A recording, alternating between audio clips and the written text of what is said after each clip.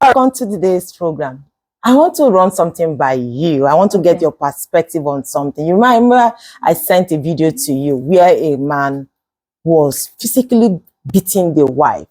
As if that was not enough. He was hitting the wife on the head with a thing. When I saw that in front of the children,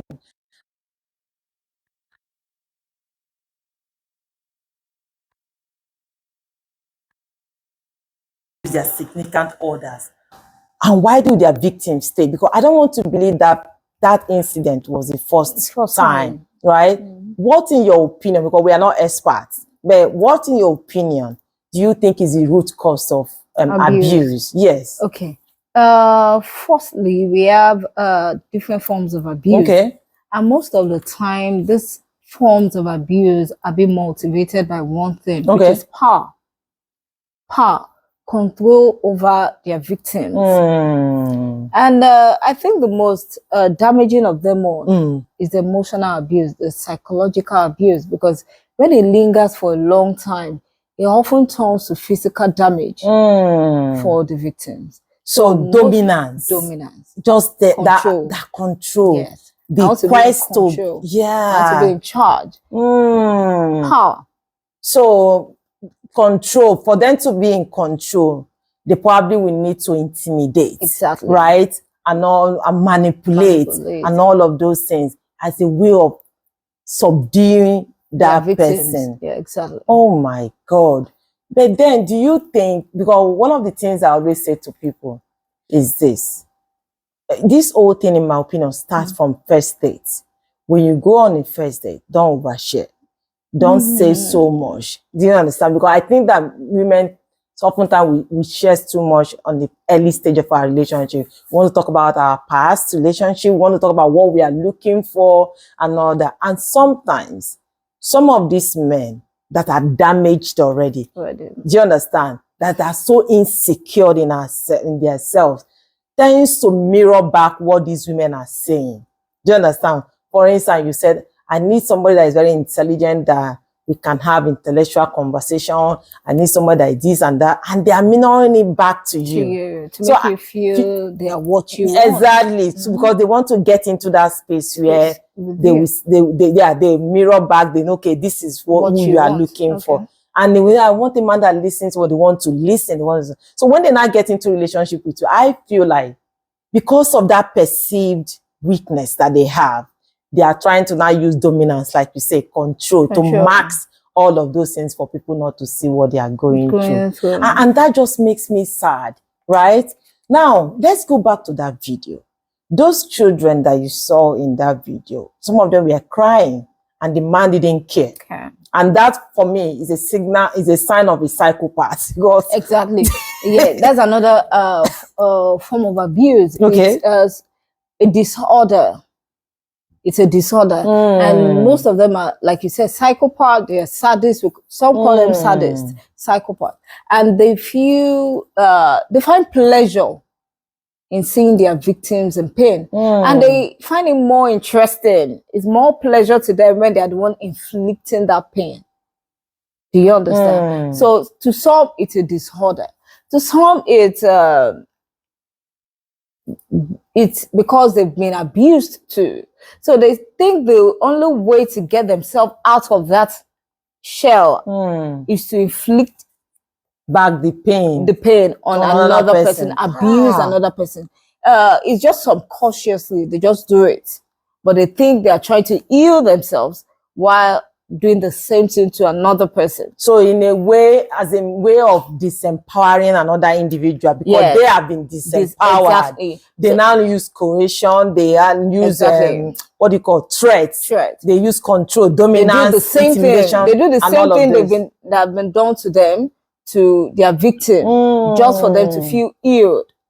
And some is just lack of empathy. I also believe from what you are saying that before you enter that relationship, if you have been through all those experiences that you know, because there is no way your father would have been beating your mother all these years and you as an adult didn't think that is wrong. I am not an expert. I can't speak about their psychological mindset. But I feel like You should be able to know that, no, I didn't like what my mother experienced. I didn't like the torture, the sadness, the mood that I saw my mother like in. you said, then getting help like you said, before bringing another like person you said, inside. there were children, child.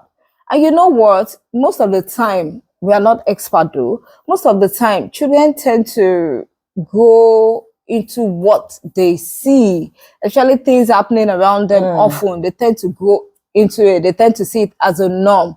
So now it's for the parent or whoever is being abused to stand up for his or herself. Okay, do you understand? okay.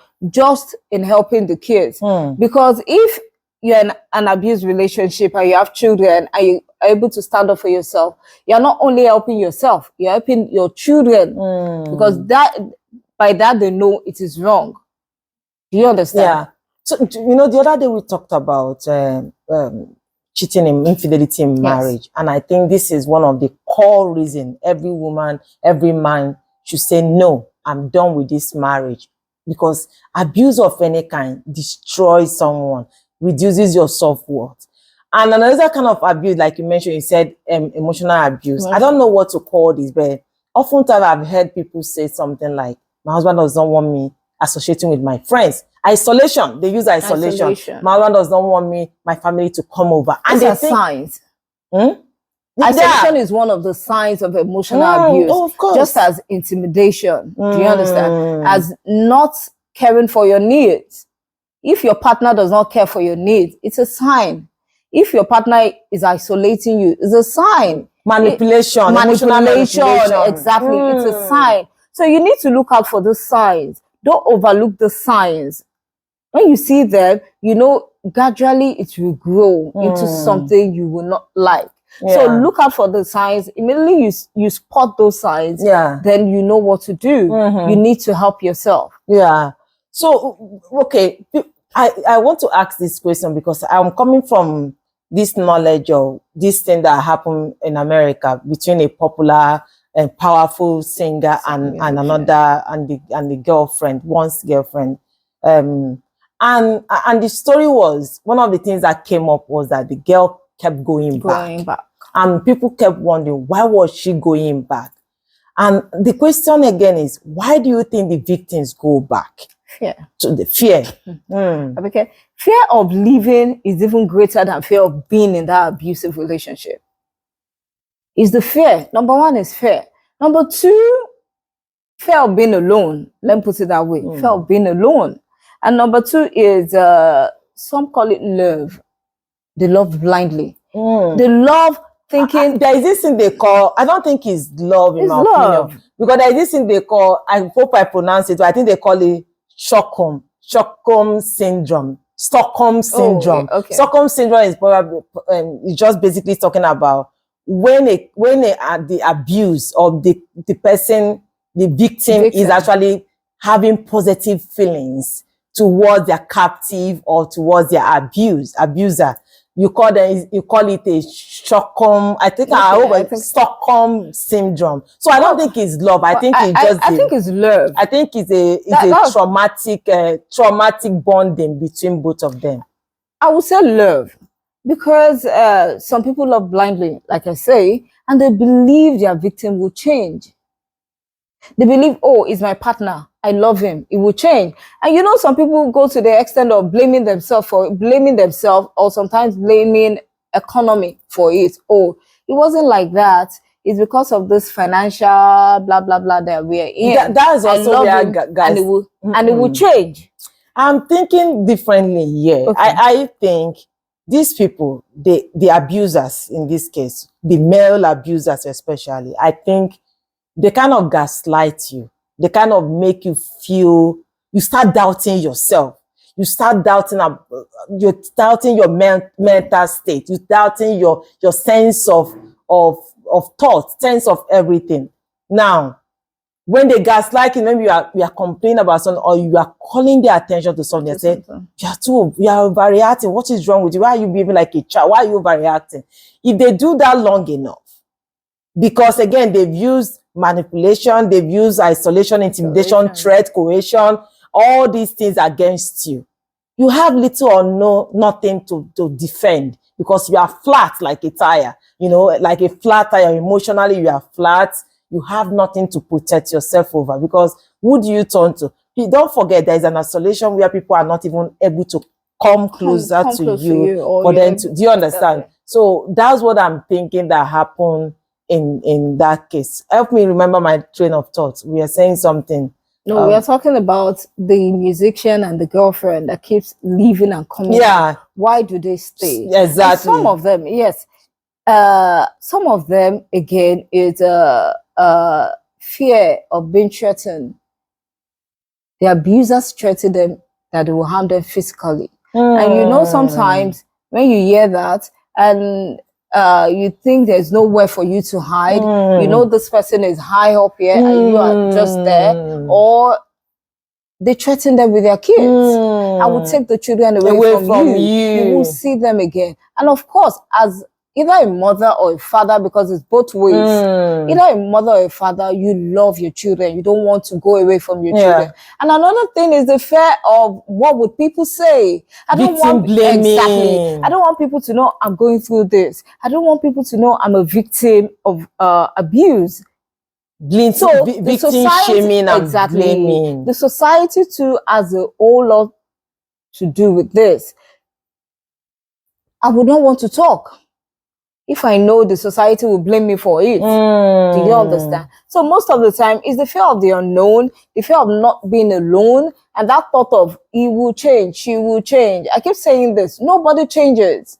Nobody changes for anybody. Let me put it that way. Nobody changes for anybody. You only change because you want to change for yourself.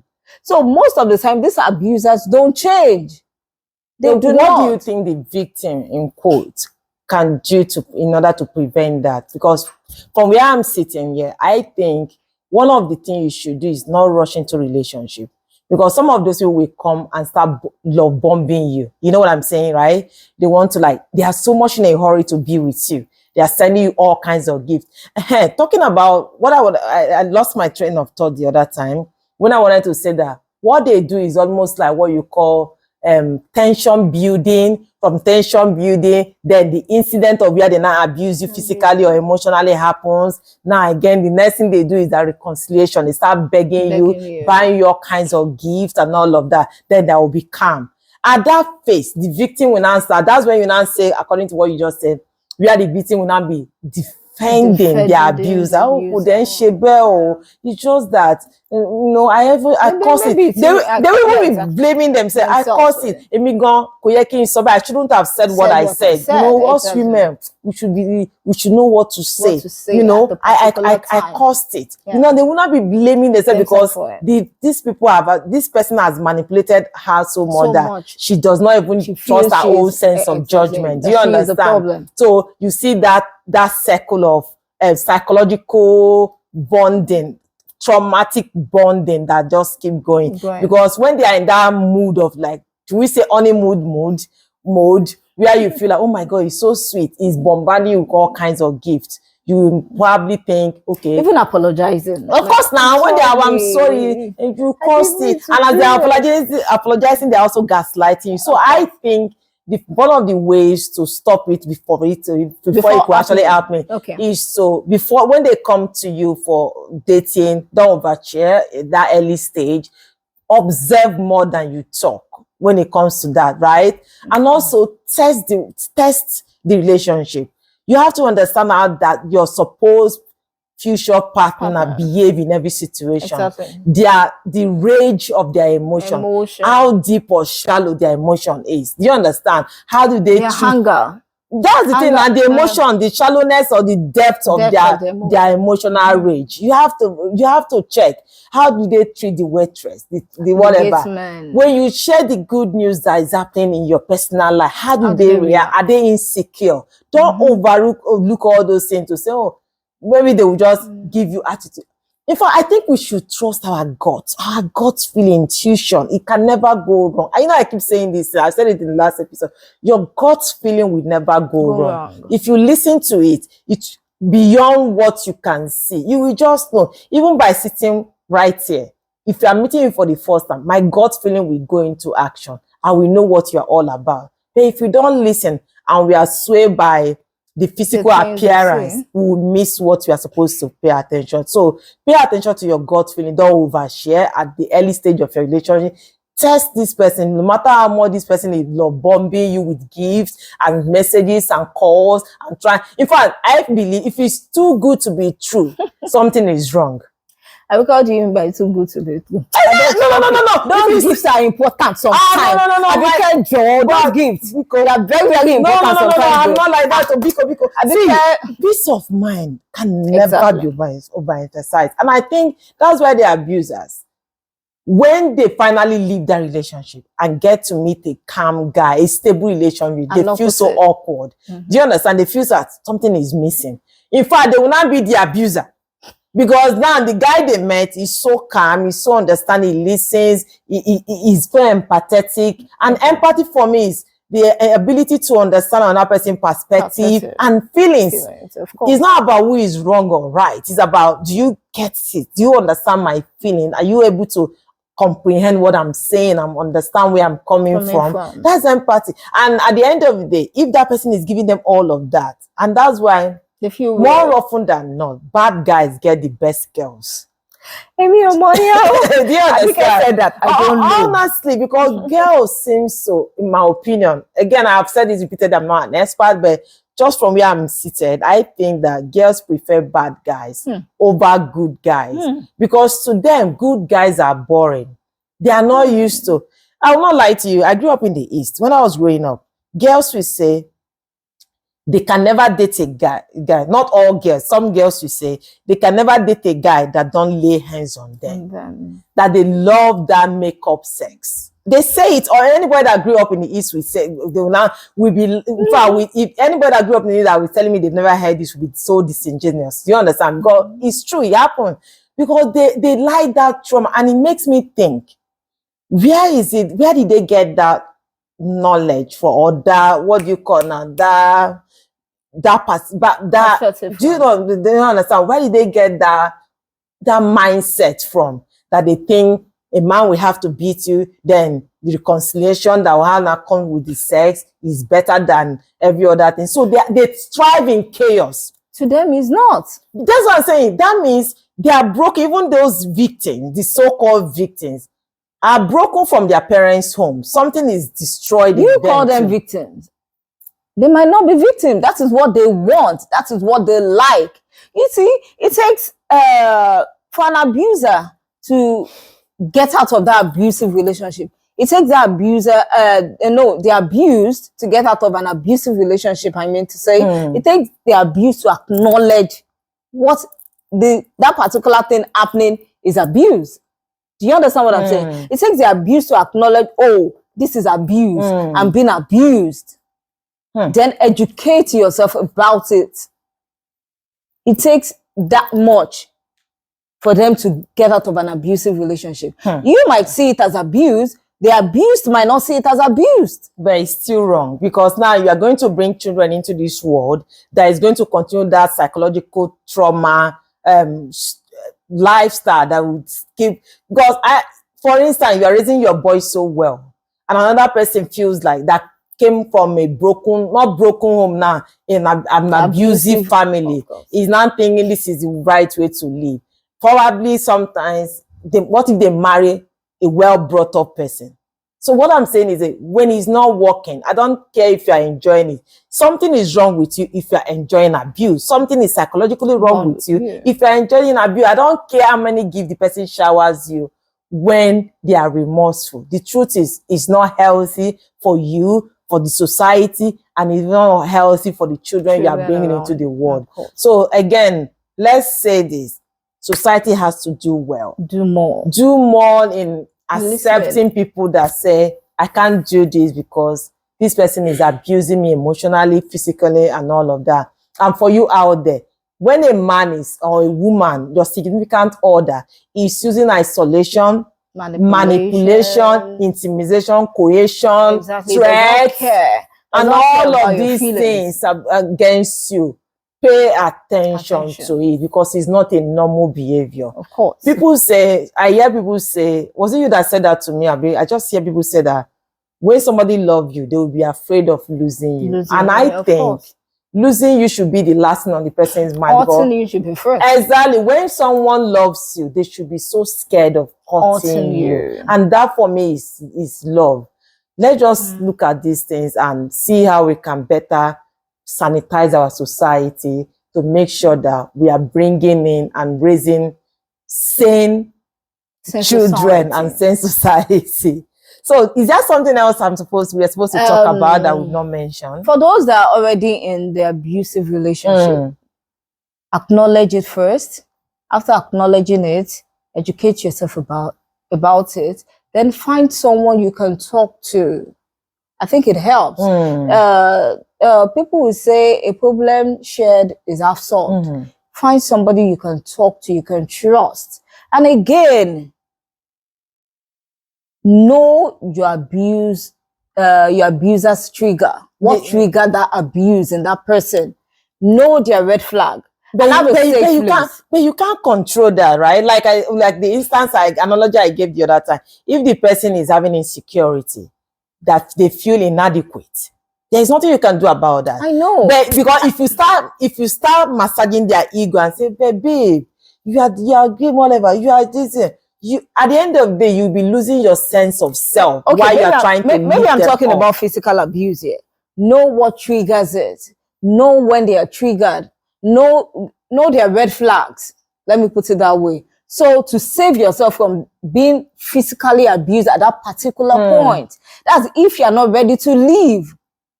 But I don't think there is anything you can't be careful enough when somebody is damaged. It's like living with a psychopath. Like when you are not ready to leave, you think you because either we like it or not, it depends on the abused. Some still feel he will change, she will change. Some still feel, oh, if I leave, he won't get help, she won't get help. I'm the only one that can help her. I'm the only one that can help him. It takes the abused to know I'm abused and I want to leave. I hear you. But I'm also saying any woman or man that stay in an abusive relationship and saying, I want to change him, is also damaged. Do you understand? Because you have a mindset of a fixer. I'm going to fix him. No, you can't fix an adult. Go get a dog, fix a dog, train a dog. Do you understand? You can't fix a whole human being. How would you do that? Do you understand? Let them get a professional help. And they should have done that before bringing you into their life. Right. The fact that they didn't do that, is that they are ignorant, which I can allow that to slide. Is that they are ignorant or they are just damaged? Because before bringing you into their life, they should have sought for help. They should have, even if you're not seeing therapists or whatever, get self-help books that can help you. That was what I said. It takes an abuse to accept I'm abused and I need help. Like you said, some might not see it as being abused. Some might not see it as I'm an abused. Do you understand? But when you acknowledge the fact that you're abused or whatever is going on with you right at that moment is abuse, you seek help. Yeah. You will seek help. You find somebody to talk to. You find maybe a friend, a family member, or a therapist to talk to. And at that point, you educate yourself to know, oh, this is what is going on with me. I need to leave. But I just say, before you enter that relationship, I'm not even joking, have these conversations. Trust your God's feelings because he will always guide you. Pay attention to those red flags you are talking about. It's not something you'll be doing in the relationship. It's something you should do before you enter there. Don't be swayed by the gifts. I'm just saying, in case of those that are already in an abusive relationship, for you to save yourself that bo, ba, ba, bo, ba, every time, know what triggers it. And find safe places in your home to always, will I call it hide? Because it takes you to say, I'm done. So what if you enter inside your room and say you are hiding and this person locked the door and travel abroad and you are there? I'm just saying, like, I don't know. Do you understand? Where will I even start in defending before they get to your mind? If you are in that relationship, this is just my candid opinion. If you are in that relationship already, before they get to your mind, you must have been seeing the sign that no matter the love, no matter how little it is, you will see. And it's also bringing me back to, don't allow them to financially control your life. control your own finances. There's also financial abuse. That's what I'm saying. That's what I'm saying. Don't allow them to financially control your life. And that's why we keep saying, as a man, as a woman, be financially independent. With or without your significant order. Be solid enough that no matter what happens, I can take care of you can myself. take care of yourself. If you have kids, and I'm saying it again, have the number of kids you can single-handedly care for, no matter what happens. Do you understand? So these are the things I am giving. I am not an expert. I'm just speaking as a concerned citizen, as a way for us to sanitize our society, because I'm tired of seeing these videos online. It's just not okay. So thank you. Is there something else you want to Self-care. add? Okay. Self-care is another thing. Love yourself. Love yourself. When you love yourself, when you know what love is, then you can tell the next person, this is the way I want you to love me. And I don't think it's a crime if I'm telling you this is the way I want you to love me, and you can't love me that way. But an abuser, I don't know, the way I'm seeing it is different from the way because I feel like an abuser, we never understand Chere Kambia. We never understand all these singbati. Because when that triggers comes, that most of the time is just something broken in their spirit, in their head, that they need professional help for. Do you understand? There might be that calm period, that reconciliation period. They will give you, the bombard you with all the love you can, more than you can ever ask for. Abike, before you get to that time, you will see those signs. And that's why I say, if I want you to love me this way, and part of the way you say you can love me is intimidating me. But they will not say I'll be intimidating you. That is why you have to pay attention to now you're talking. That's what I'm saying. That's why you have to pay attention to little things. Exactly. From the start. I want you to love me this way, but you want to shut me up when I'm talking. You want to intimidate me. You want to manipulate me. So you pay attention to things like that. That's not the way I want to be loved. Then it's not a go for both of us. Yeah, exactly. So self-care, love yourself. Love yourself. When you love yourself, you won't find yourself in an abusive relationship. That's my belief. Yeah. Oh, you agree with me? All right. Thank you so much for watching. Thank you. See you again next week.